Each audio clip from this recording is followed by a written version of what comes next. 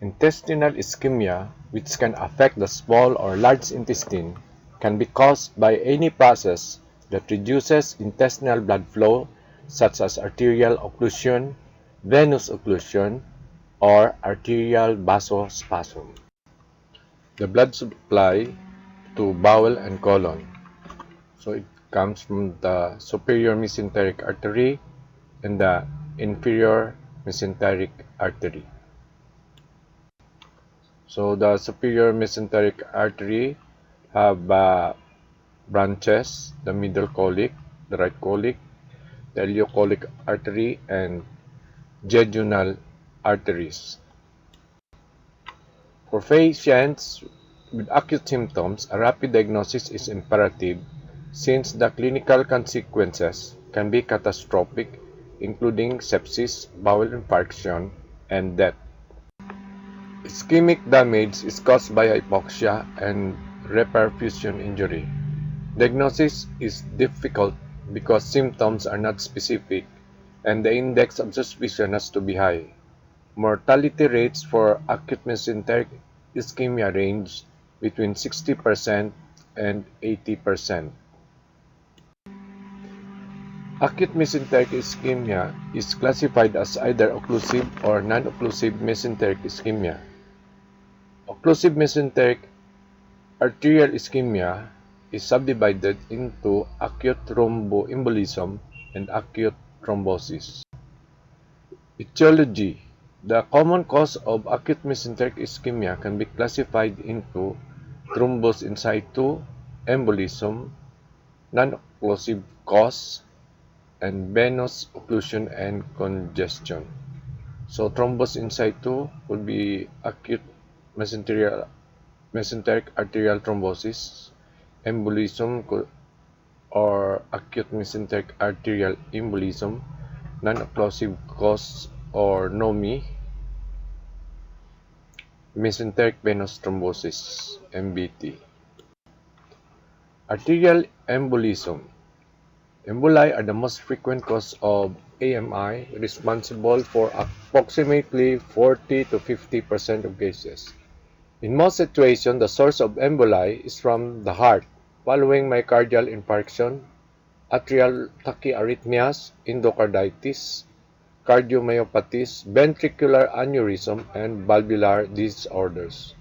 These conditions can form mural thrombus, which can subsequently dislodge and embolize to the mesenteric arteries. Other rare causes may include post-angiography of the coronary or cerebral circulation. Most visceral arterial emboli lodge in the superior mesenteric artery.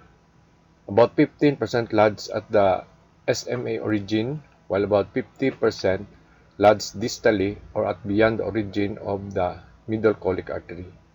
Nearly 30% of these patients give a past history of an embolic event. So the 15% of emboli is from the point of origin, and 50% of emboli or more are beyond the origin, usually above the middle colic artery. The diagnosis of SMA embolism can be made intraoperatively based on the distribution of ischemia in the bowel, since in most cases the origin, the inferior pancreatic duodenal branch, is spared. Perfusion of proximal jejunum is maintained, leaving the rest of the small bowel ischemic or gangrenous. Arterial thrombosis. It is the second common cause of AMI, accounting for 25 to 30% of all mesenteric ischemic events. Mesenteric arterial thrombosis occurs commonly near the origin of the SMA in the setting of severe atherosclerotic disease. Its slow progression allows the development of collaterals, which sustain the blood supply to a good extent. The extent of bowel involvement is greater than that due to embolism, extending from duodenum to the transverse colon, and result in high mortality in the range of 70% to 100%. The need for more complex surgical revascularization procedures further complicates the situation. Non-occlusive mesenteric ischemia. Non-occlusive disease accounts for about 20% of patients with mesenteric ischemia. Its pathogenesis is poorly understood, but often involves a low cardiac output state associated with diffuse mesenteric vasoconstriction, possibly mediated by vasopressin and angiotensin. The mesenteric vasoconstriction commonly results from myocardial infarction, congestive heart failure, aortic insufficiency, cardiopulmonary bypass, renal or hepatic disease, major abdominal or cardiovascular surgery, and vasopressor drugs. However, clear-cut risk factors may be absent to resultant flow state, causes intestinal ischemia, and finally gangrene. The non-occlusive mesenteric ischemia occurs most frequently in the critically ill patient who have compromised hemodynamics, are often intubated and on vasopressors. They may also have coexisting severe mesenteric atherosclerosis with an acute hemodynamic insult in the background. Non-occlusive ischemia may precipitate in these patients whose mesenteric circulation is already compromised. It is further aggravated by endogenous and exogenous vasoconstrictors, disseminated intravascular coagulation, and cytokine-induced reperfusion injury.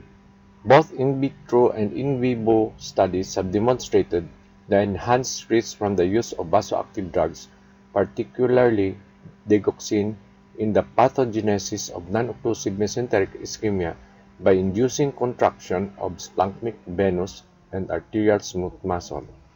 It has been observed that the watershed areas of circulation are more vulnerable. The reported incidence of AMI in this patient is 0.3% to 8.5% and manifests with signs of sepsis, abdominal distension, and ileus, which closely mimic the systemic signs of aseptic states which may be already present.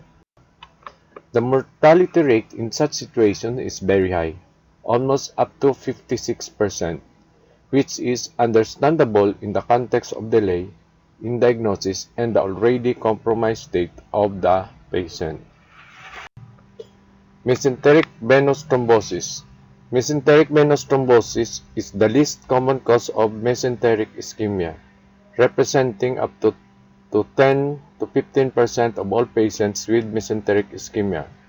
Previously, they were thought of as idiopathic in nature, but with the advent of improved diagnostic techniques, they are now shown to be secondary to clotting disorders. Segmental involvement of bowel occurs starting from the venous arcades and leading to edema and hemorrhagic necrosis. This is in contrast to the thrombosis caused by the intra-abdominal causes, in which the thrombus starts in larger vessels and progresses to involve the smaller venous arcades. The superior mesenteric vein is usually more commonly involved than the inferior mesenteric vein. Hence, distal large bowel involvement is much less common. The transition from ischemic to normal segment is more gradual with venous thrombosis than with arterial embolism or thrombosis. The mortality rates from 20 to 50% and survival depends on age, the presence or absence of comorbid conditions, delay in diagnosis, and surgical intervention. A high rate of recurrence is observed, especially within 30 days of presentation. A combination of surgery and anticoagulation has a lesser recurrence rate than with anticoagulation alone.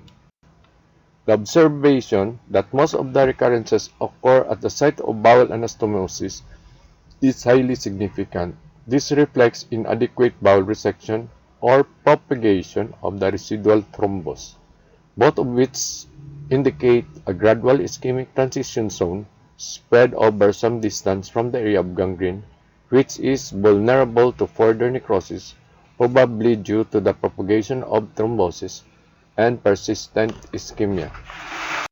The following table summarizes the type, proportion of cases, and underlying cause. Acute mesenteric arterial thrombosis accounts for 25% of cases. Underlying cause is atherosclerosis. Acute mesenteric arterial embolism, the most common, accounts for 50% of cases. The underlying cause, cardiac causes or thoracoabdominal aneurysm. The non-occlusive mesenteric ischemia, 20% of cases. The underlying cause is hypovolemic shock, cardiogenic shock. Mesenteric venous thrombosis, less than 10% of cases. The underlying cause is coagulopathy, malignancy, and autoimmune disorders. Cardiac causes include arrhythmias, example atrial fibrillation, post-MI mural thrombus, or prosthetic heart valve. Rare causes for acute mesenteric ischemia include Takayasu arteritis, fibromuscular dysplasia, polyarteritis nodosa, and thoracic aortic dissection. Risk factors. The risk factors for acute mesenteric ischemia depend on the underlying cause. Specifically, however, for acute mesenteric arterial embolism, the main reversible risk factors are smoking, hyperlipidemia, and hypertension, much the same as for chronic mesenteric ischemia. Clinical features. Traditionally, mesenteric ischemia presents with a generalized abdominal pain out of proportion to the clinical findings, although it can often be more variable or subtle than this. The patient will typically complain of a diffuse and constant pain with associated nausea and vomiting in around 75% of cases. The patient with superior mesenteric artery obstruction due to embolus or thrombus have an acute onset of symptoms and a rapid deterioration in their clinical condition. This is because of the lack of collaterals leading to rapid bowel ischemia and subsequent gangrene, whereas those with non-occlusive mesenteric ischemia or mesenteric vein thrombosis have a more gradual onset and a more protracted clinical course.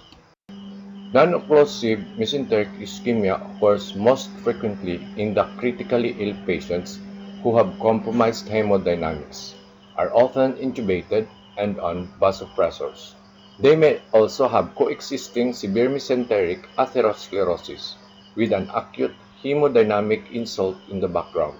Non-occlusive ischemia may precipitate in these patients whose mesenteric circulation is already compromised. Since they are too sick to manifest the bowel insult, delay of hours to days may occur before it is diagnosed or even suspected. A clinical clue to the problem may be an unexplained worsening in the clinical condition, or a failure to thrive, or a failure in having the anticipated recovery course. The typical presentation in a conscious patient not having a fulminant course is of diffuse, nonspecific abdominal pain associated with anorexia and diarrhea. Compared with arterial thrombosis, mesenteric venous thrombosis generates fewer prodromal symptoms with eating. Fever, abdominal distension, and occult blood in stools are the most common findings. Bloody ascites and large fluid losses in the third space may occur, leading to dehydration and hypotension, causing further propagation of venous thrombosis and worsening of the ischemic insult. The final outcome of all causes of mesenteric ischemia is bowel gangrene. When gangrene occurs, the patient develops peritoneal signs, hemodynamic instability, and signs of sepsis with multi-organ failure. The hallmark of acute mesenteric ischemia is unrelenting abdominal pain. This is frequently associated with nausea, vomiting, and urgent bowel evacuation. The classic picture of a patient with acute mesenteric ischemia involves severe abdominal pain with a paucity of abdominal examination findings, and a history of risk factors. Excessive fluid loss in the third space leads to mental confusion, tachycardia, tachypnea, and circulatory collapse. Abdominal examination will often reveal nonspecific tenderness with no specific clinical findings. In later stages, especially if the bowel has perforated, patient will have features of globalized peritonism. Importantly, take note of any potential embolic sources, such as atrial fibrillation or heart murmurs. They may provide a suggestion to the underlying cause.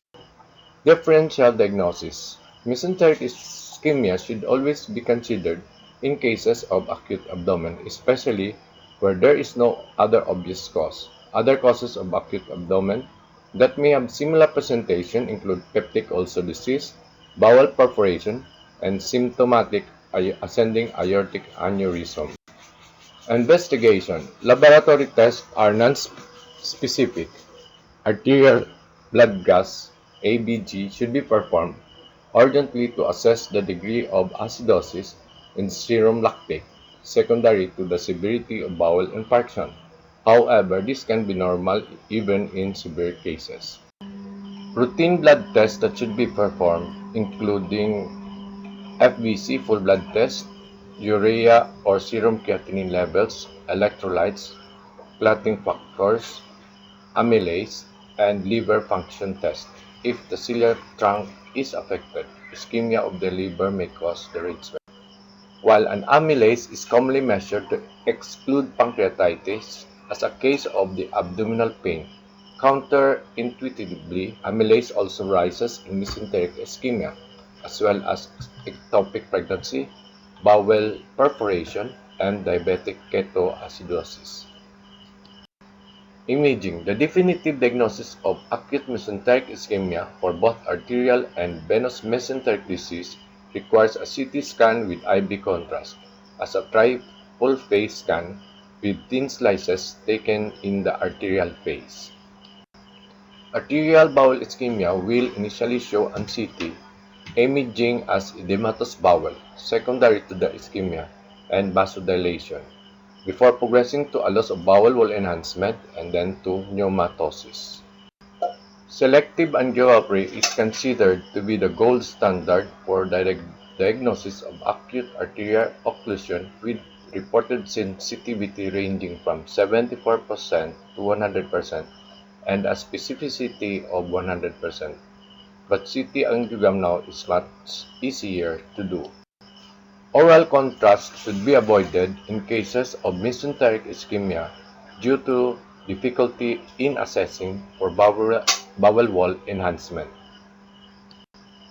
Emboli usually lands just after the middle colic artery where the superior mesenteric artery tapers.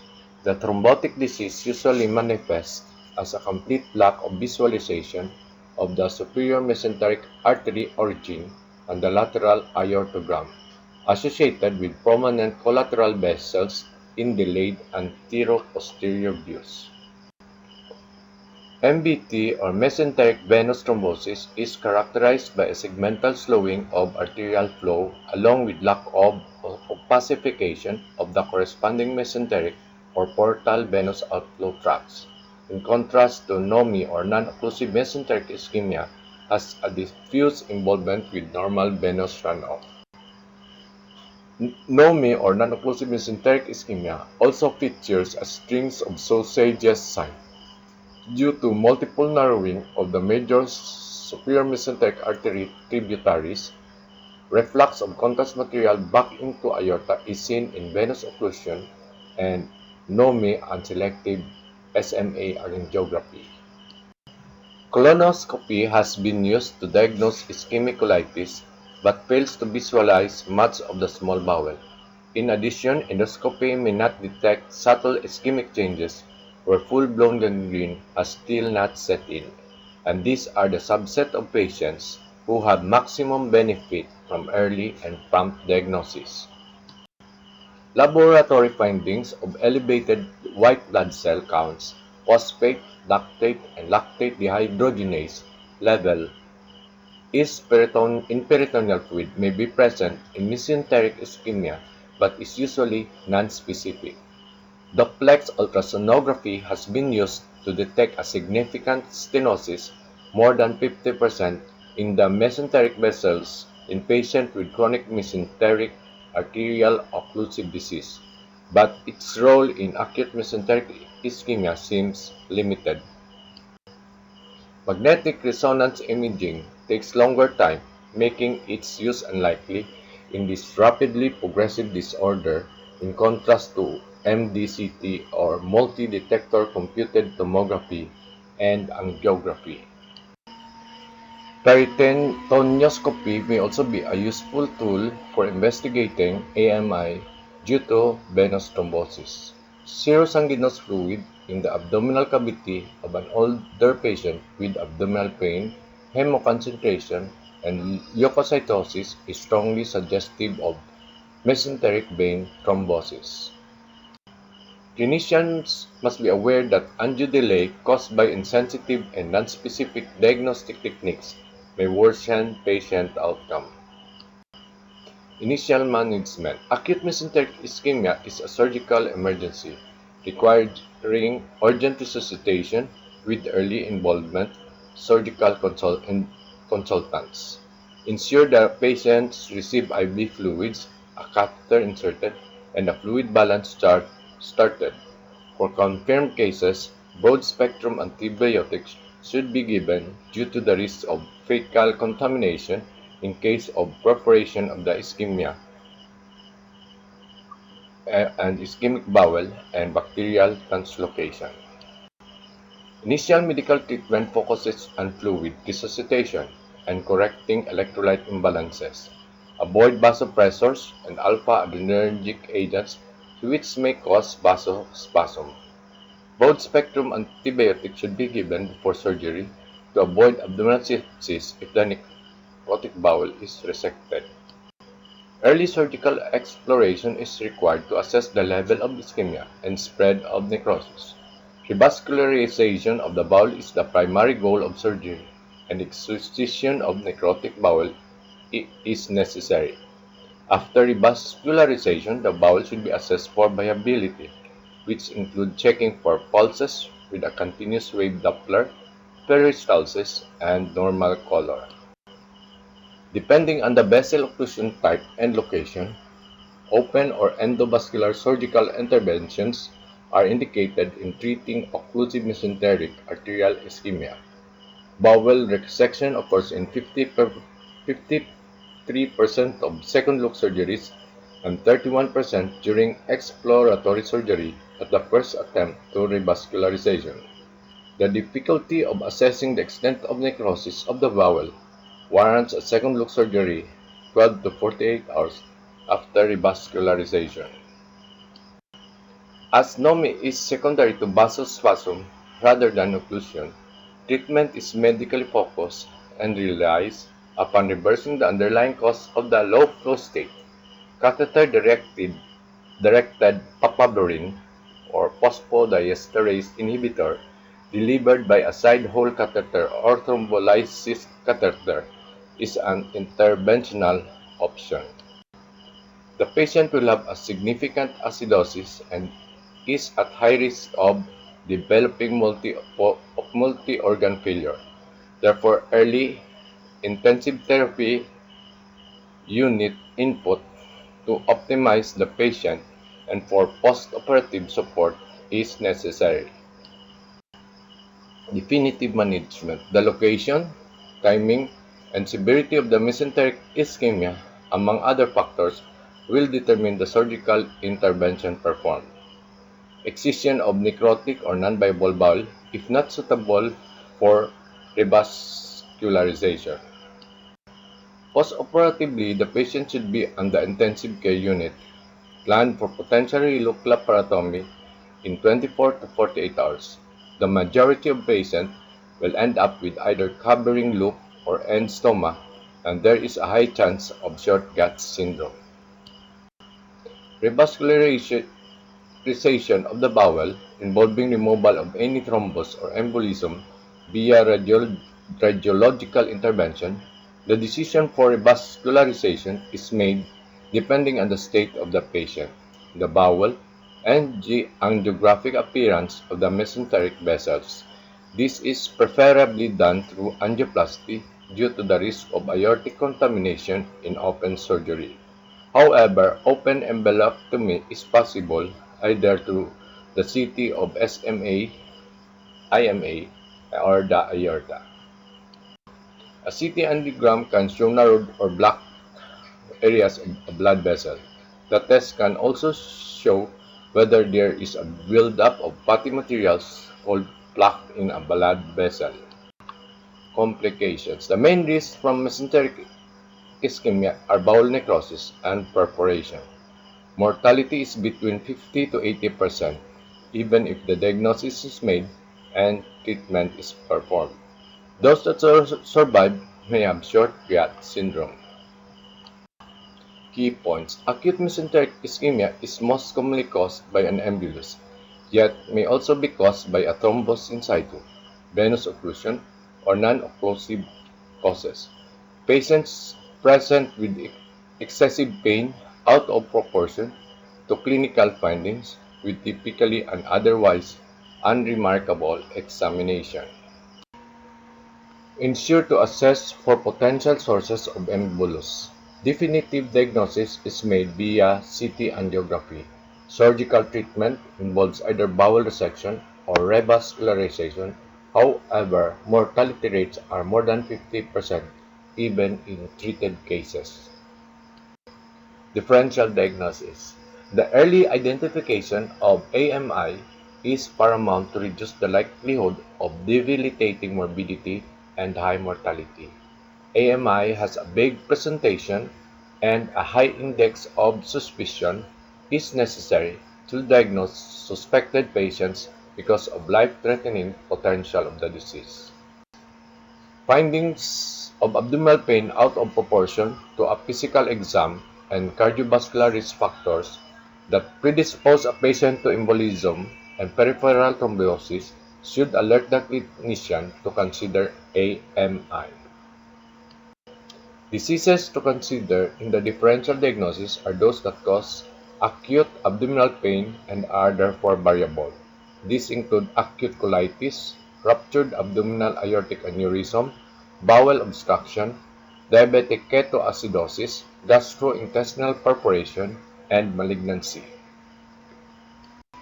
Prognosis. The prognosis of AMI is poor, with patients experiencing high morbidity and mortality rates. While there is a downward trend in mortality rates since the 1960s, the AMI mortality rates remain high, occurring at a rates between 60% and 80%. The specific AMI classification affects the likelihood of mortality, which acute embolism having a better prognosis, followed by NOMI and acute thrombosis. Factors associated with mortality include advanced age, bowel resection during second loop surgery, metabolic acidosis, renal insufficiency, and symptom duration. A study by Gupta et al. Found a 30-day morbidity rates of 56%. Major postoperative 30-day complications include ventilator use over 48 hours, septic shock, pneumonia, and sepsis. Follow-up surgical intervention were common, with 30% of patients revisiting the surgical department in 30 days and 14% of patients having a hospital stay longer than 30 days.